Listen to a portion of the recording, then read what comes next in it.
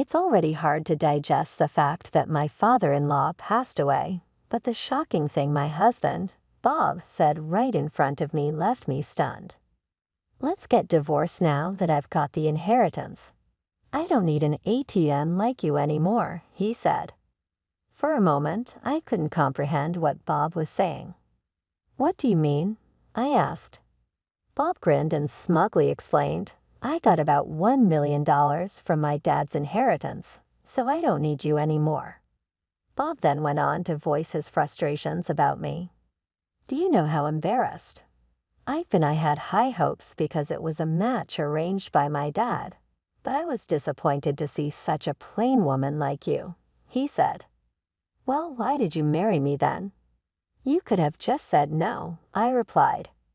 "It's obvious, ain't it? For the money. Who'd marry someone like you otherwise?" he sneered. There was no way I could stay silent after hearing all that. "Fine, here's the divorce papers," I said. I decided to agree to the divorce from Bob without revealing something important. I hope he deeply regrets this later. "My name is Catherine Smith, 42 years old. I run a fashion company. I got married to Bob, who's 2 years younger, 2 years ago. Our marriage was arranged. Bob is the son of Mr. Smith, the CEO of a company I had been dealing with for many years.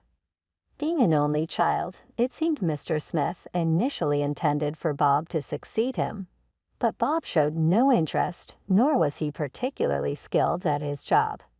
So Bob quickly dropped out of the running for successor and just worked as a regular employee. What attracted me to Bob was his laid-back nature. Since childhood, people often told me I was too serious and lacked spontaneity. I was often praised for being studious, but sometimes people found me too stiff. Some of my ex-boyfriends even told me, "You're not fun, it's like I'm dating a boss." It was heartbreaking, but I always felt maybe I was too serious. Being labeled as inflexible was a common occurrence. I struggled with handling things casually and often got too engrossed. To me, Bob seemed like he was from a completely different world. "Oh, the place is closed today." During our first date, Bob took me to a restaurant. He recommended, but it was closed now. I would have been flustered by such an unexpected situation, but not Bob. "Let's just go to that diner over there." He changed plans effortlessly. For someone as rigid as me, his response was a revelation. I thought by being with him, I could also become adaptable. That's why I decided to marry him. Many people were against our marriage. Some even suggested I could find someone better. Even Mr. Smith, my father-in-law, wasn't very enthusiastic. "You sure you want to take on my son? It feels like I'm burdening you with him," he had asked. Back then, I felt no one really understood Bob's worth, but maybe they were right. Soon after we got married, Bob quit his job without consulting anyone. He just stopped going to work. When both I and Mr. Smith inquired about the reason, Bob nonchalantly said, "Wait, why do I need to work if you are making money for us both?" My father-in-law and I were so taken aback by this that we were at a loss for words. Why would he rely solely on me for income? I tried to persuade Bob multiple times afterward with my father-in-law, but Bob's mindset never changed. After all, even if I work, I can't make as much as Catherine. I was tempted to divorce Bob right after our marriage when he boldly declared he'd be a freeloader.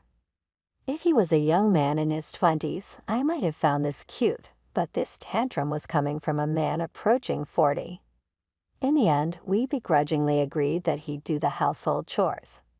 Bob's parents had divorced a few years earlier. Apparently, before the divorce, Bob's mother wasn't particularly good at housework. She couldn't do anything, so I never learned anything from her. It seemed like Bob was making excuses, blaming his mother for his lack of domestic skills. True to his word, at first, Bob was clueless about housework. But with persistent praise and guidance, he managed to handle basic tasks. However, that doesn't mean he became exceptionally good at it. Still, he looked quite satisfied with himself, thanks to me taking care of the house. Catherine can work, you should be grateful. There was something about Bob's confident expression that rubbed me the wrong way, but it wasn't worth making a fuss about. Yes, Bob, I'm really grateful for your help, I said, forcing a smile. There were times I got irritated, but I think we managed to get along quite well. About a year into our marriage, a significant event occurred.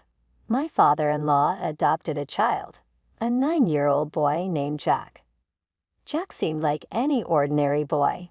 My father-in-law is the type of person who doesn't make senseless decisions. So why did he suddenly adopt Jack? One day when we were alone, I asked him. He replied, "Promise you won't tell anyone," and then explained. It turns out Jack was the child of an employee whom my father-in-law had been fond of, having had a close relationship with the family. My father-in-law cared for Jack like a grandson. Tragically, a while back, Jack's parents died in an accident. Jack's parents had eloped, and he had no close relatives to rely on. Otherwise, he would have ended up in a foster home. While my father-in-law wasn't sure if Jack would be happy with us, he decided to adopt him, hoping it'd be for the best. I see, that's very kind of you, I responded. Although Bob and I didn't have children, we had quite a bit of freedom. Please rely on me if you need anything. Upon hearing this, my father-in-law smiled warmly. After that, thankfully, my father-in-law relied on me from time to time, just as I had asked, on nights when he absolutely couldn't make it back from work or when he had pressing commitments. I took care of Jack. At first, Jack was a bit apprehensive, but he warmed up quickly. He's either very friendly or trying hard to fit in. Thinking about it made me feel somewhat emotional. Bob, on the other hand, wasn't thrilled about the situation. It seemed he wasn't exactly welcoming toward Jack. I could understand his mixed feelings, knowing his father took in a stranger. But when I tried talking to Bob, it turned out he had a completely different concern. Adopting him? What's he thinking? This is going to cut into my inheritance. I was hoping to get everything. I couldn't believe my ears. Bob wasn't feeling conflicted about Jack. He was worried about the inheritance. I'm going to talk to Dad about this. I'm not cool with it. One day, Bob said this and went to confront his father. When he returned after a while, to my surprise, he was in a strangely good mood. I cautiously asked a smiling Bob, "How did it go?" He replied, "Oh, it's all good. My share isn't changing." Huh, what do you mean? I always thought that even an adopted child like Jack had the same inheritance rights as a biological child. What's going on here? Noticing my confusion, Bob smugly explained, "Dad's making Jack give up his inheritance rights." Makes sense. I'm his only son, after all. Could the father-in-law who spoke of Jack with such affection really plan on leaving him nothing after his passing? Something didn't sit right with me. I wasn't convinced, but Bob said with relief, "I'm glad." Well, if my father-in-law says so, there must be a reason behind it. Either way, he is still in his 60s. We probably won't be dealing with any inheritance for a while. In fact, it seems more likely that I divorce Bob before my father-in-law passes away. I was nonchalantly pondering such thoughts. However, that moment came much sooner than expected. A year later, my father-in-law was involved in an accident and never came back. I never thought I'd say goodbye to him so soon. I've known my father-in-law longer than I've known Bob. He was a respectable man, both in his professional and private life. After hearing the news, I was overcome with a sense of loss, and tears wouldn't stop flowing. My eyes heavy from crying and my head throbbing, I forced myself to prepare for the funeral. Bob was the main mourner, but he didn't seem to be grieving. He just seemed distant. His father had passed away so suddenly. Perhaps Bob was in such shock that it didn't feel real. I had to step up and make preparations to bid farewell to my father-in-law on behalf of Bob. I felt like crying, but somehow held back during the funeral. As hard as it was for me, seeing Jack cry was the most heartbreaking. Throughout it all, Bob didn't shed a single tear. That's when I began to find his behavior peculiar. Rather than grieving, Bob seemed restless or even giddy. Sometime after the commotion, the reason became clear. Bob, isn't something off with you? Aren't you sad about your dad's passing? I intended my comment to reflect concern about his lack of tears, but his response caught me off guard. Of course I'm sad, but I'm also kind of thrilled. Oops, guess my joy showed, huh? Come on, Catherine, Dad was the CEO, right? He's found to have some money. How much do you think he left behind?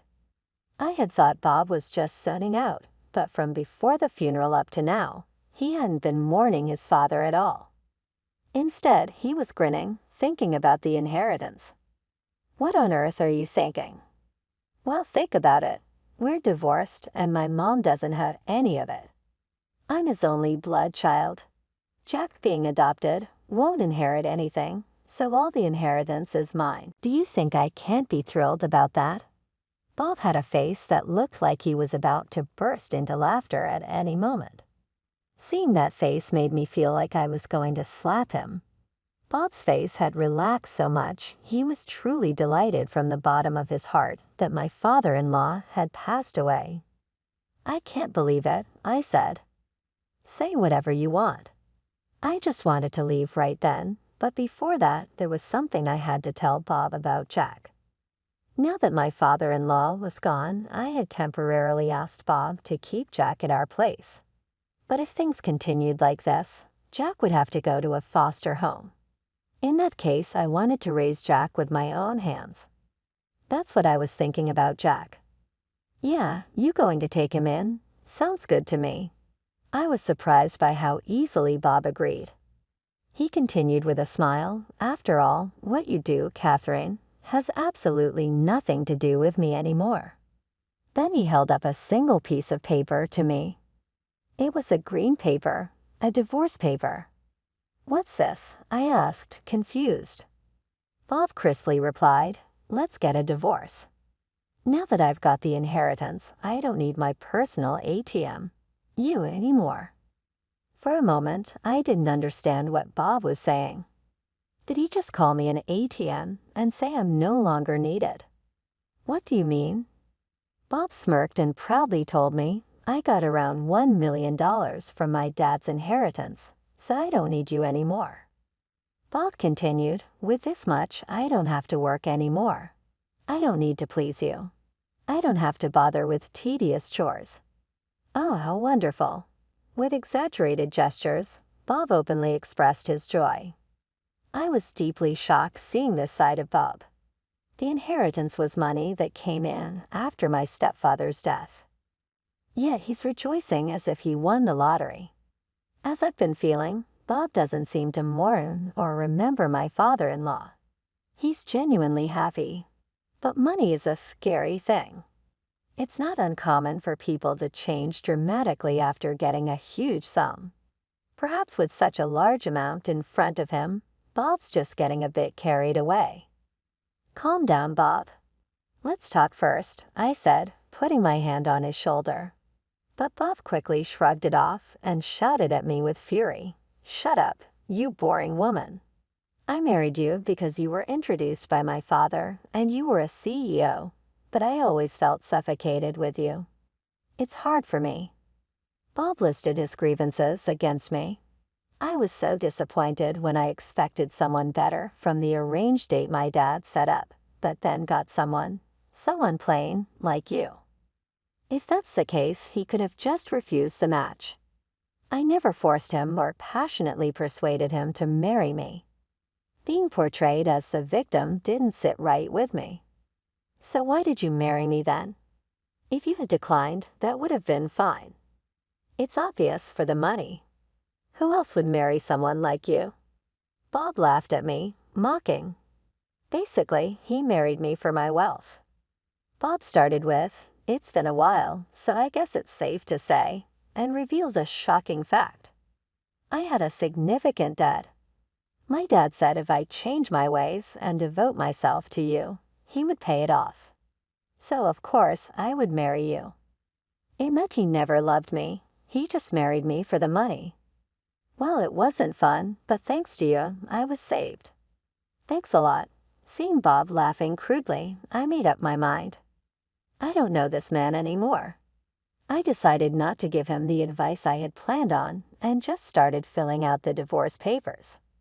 Without hesitation, I wrote without pausing or second-guessing. Bob, who had been urging the divorce, seemed a bit surprised to see this. Hey, are you thinking of getting a divorce now? Fine, here's the divorce papers. After writing them, I felt a sense of accomplishment. Now we're total strangers. Yeah, whatever happens now doesn't concern the other. You can live with that, kid. Jack and I can hang out with younger women. We're free. Bob was ecstatic from what I could see. He hadn't cheated during our marriage. I never suspected it, but that was a point of interest. But Bob, if you were this happy about it, you should have divorced sooner. I had my reasons. I wanted the money. Bob carelessly stuffed the divorce papers into his bag and left the house in a hurry.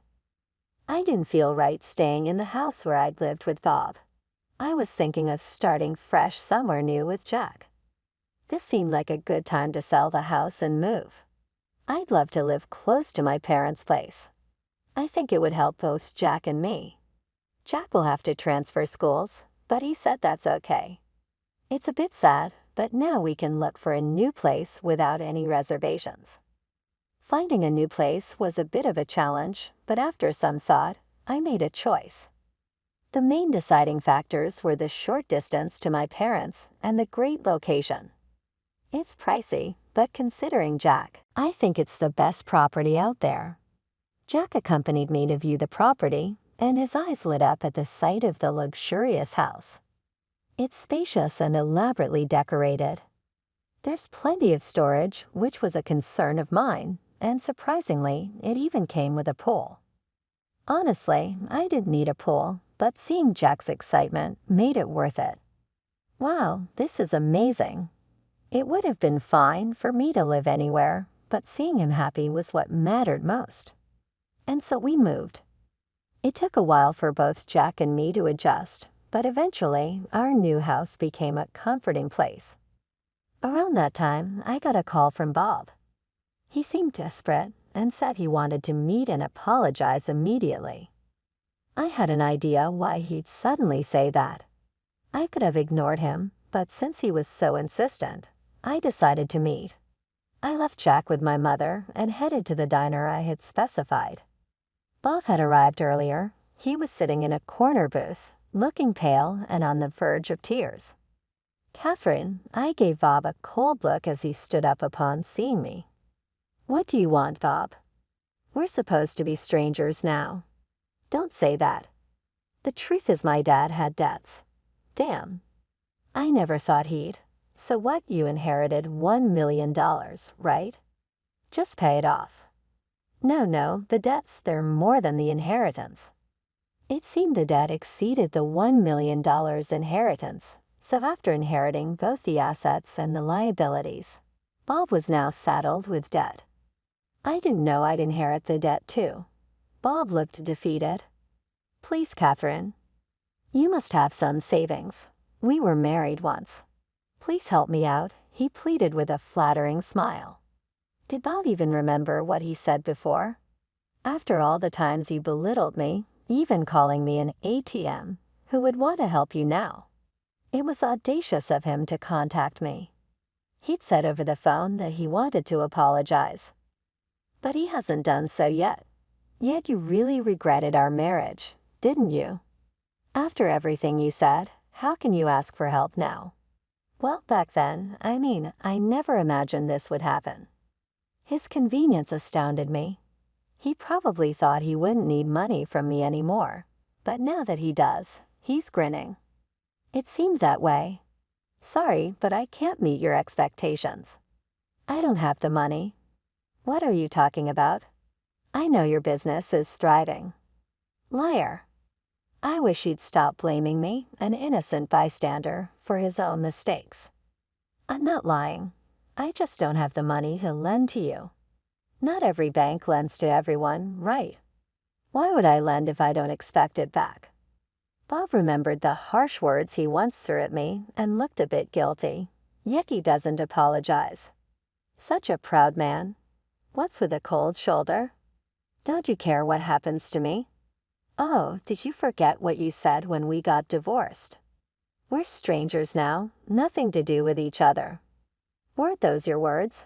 I don't understand how he can act like he's the victim. How thick-skinned can he be? Does he have the ability to forget everything that doesn't suit him? I wish I had recorded what he said back then and could play it back to him. I might have said something like that, but I didn't mean it. I never imagined things would turn out this way.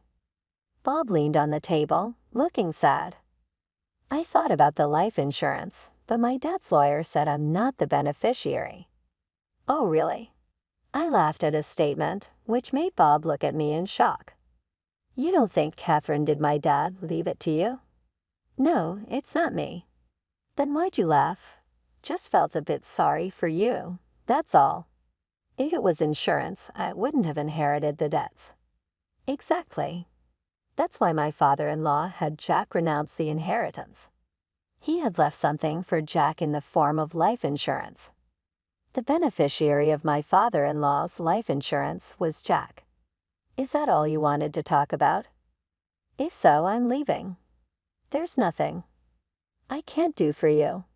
Wait, can't we start over? I was just upset about my dad back then, but I truly care about you, Catherine. You mean you only see me as a dollar sign, right? I know Bob was denying and saying all sorts of things, but I'm not getting fooled again. After all, I don't have a single dime to give to someone like him. Well, someone important is waiting for me at home. With that, I left the diner. I could hear Bob crying out in a pitiful manner, but to me it was just noise. I need to hurry home. Jack might be hungry, or maybe he got something from his grandma. I quickly headed to the subway station. As for Bob, I heard he's working multiple part-time jobs to pay off his debts. With no work experience, qualifications, or motivation, he couldn't get a full-time job anywhere. I once saw him working at a convenience store while I was on my way to a client.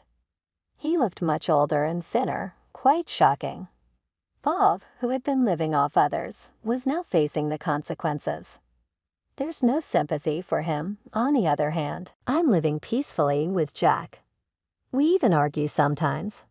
Now, it's saddening when Jack ignores me after a fight, but I try to see it as a sign that he's opening up to me. I plan to support him until he can stand on his own 2 feet.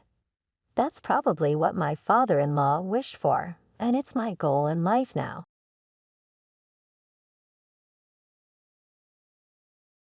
This house is mine now, Amanda said, tapping her long nails on my kitchen counter.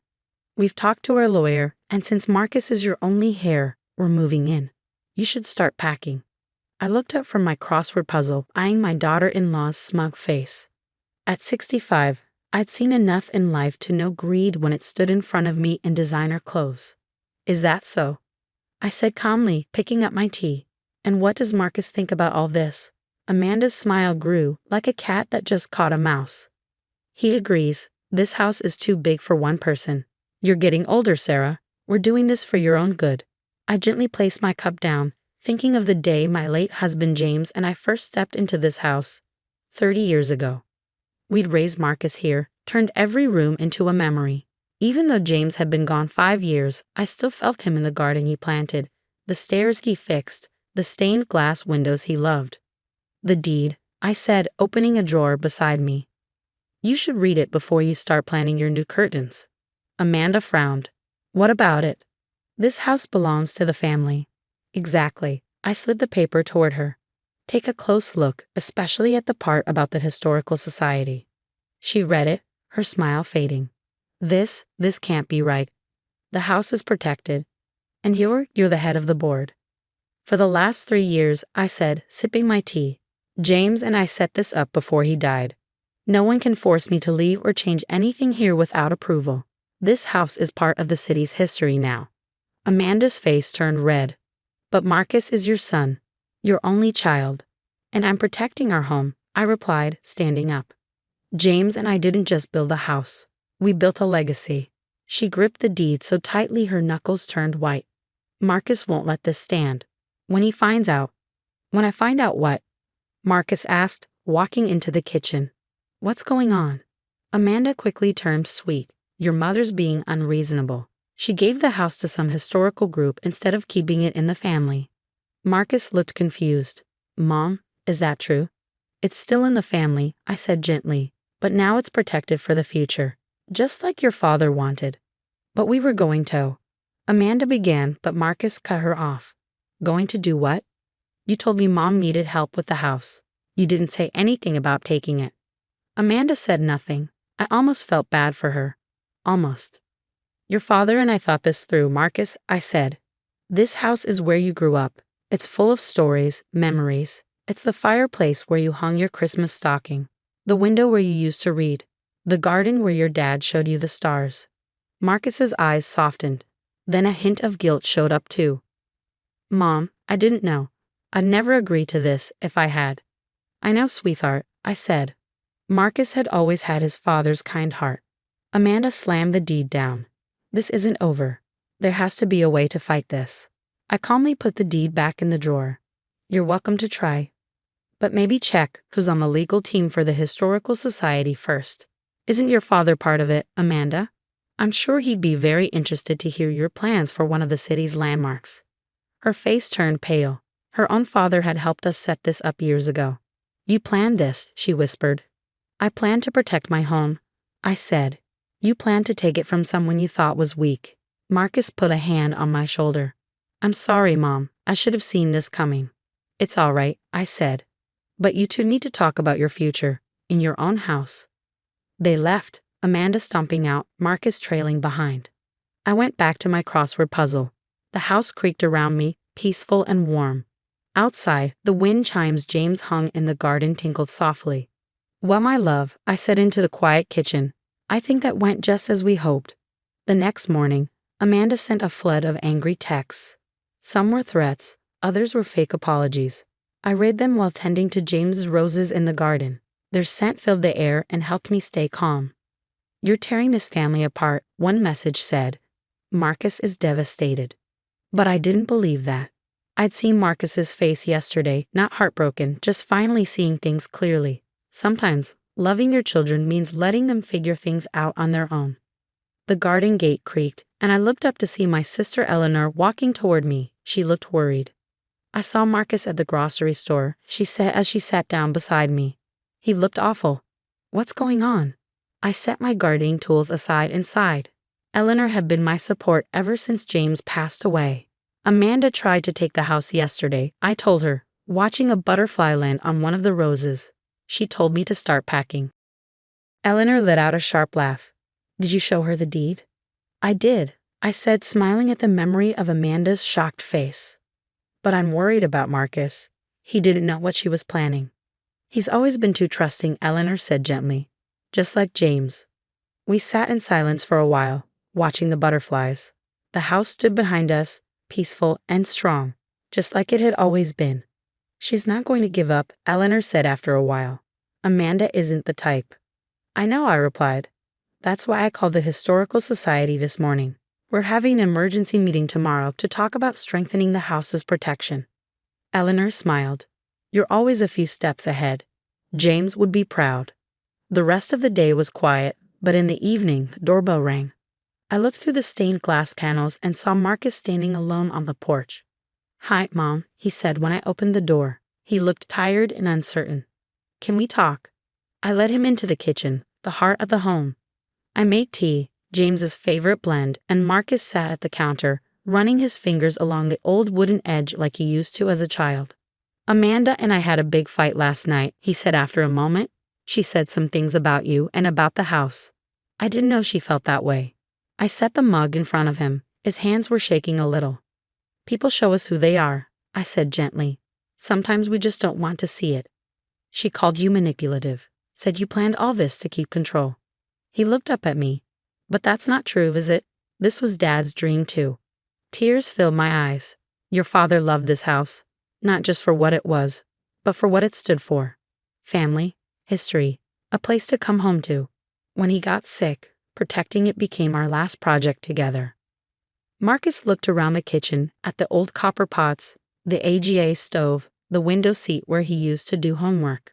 I remember Dad teaching me about the wood in these cabinets, he said. Amanda wants to rip them out and put in something modern. And what do you want, Marcus? I asked. He didn't answer right away. He held his tea and thought. I want to understand why I didn't see this sooner. Why I let her convince me that changing everything was the same as improving it. Love can blind us, I said softly. Your dad and I had to remind each other sometimes what really mattered. She's talking about divorce, he whispered. She says I'm choosing a house over her. I reached out and held his hand. It looked just like James's now, strong, worn, with the same little scar on his thumb from when he was young. It's not about choosing a house, I said. It's about respecting what matters to the people we love. Your father spent hours fixing this place, not because he loved old houses, but because I did. Marcus squeezed my hand. I saw the truth hit him. And Amanda wants to tear it all down just because she didn't get her way. You have to see that for yourself, I said. No one could tell you. He stood up and hugged me tight, like he did when he was little. I'm sorry, Ma. I should have understood sooner. You do now, I said. That's what matters. When he pulled back, there was something new in his eyes, strength, clarity, purpose. I should go, he said. Amanda and I have a lot to talk about. I walked him to the door. The stained glass cast soft colors on his face. This will always be your home, Marcus, I said. That's what your father and I wanted most. He smiled, really smiled. I know, Mom. I finally know. As I watched him walk through the garden gate, past the roses James had planted, I felt a quiet presence beside me. We did good, my love, I whispered. We did good. 3 months passed, each day bringing subtle changes. Marcus moved out of this house with Amanda, taking only what he brought into the marriage. He didn't tell me where he was staying at first, but Eleanor let slip that he rented a small apartment near the university where he taught. Amanda, true to form, didn't go quietly.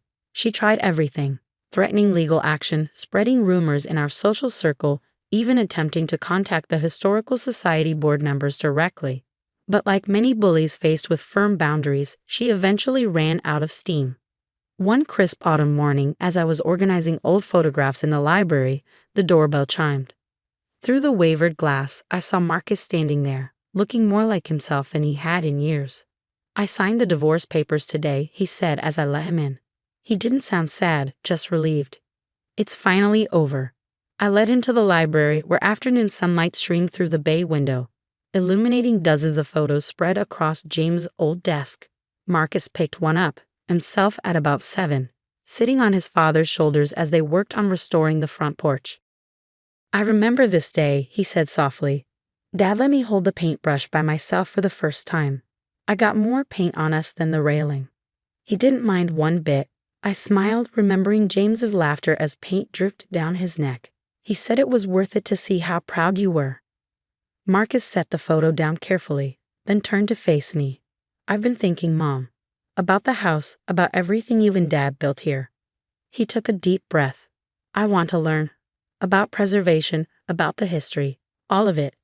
My heart swelled. Your father would love that. Actually, Marcus continued, a familiar gleam in his eye. I already started. I've been taking workshops at the Historical Society, learning about Victorian architecture.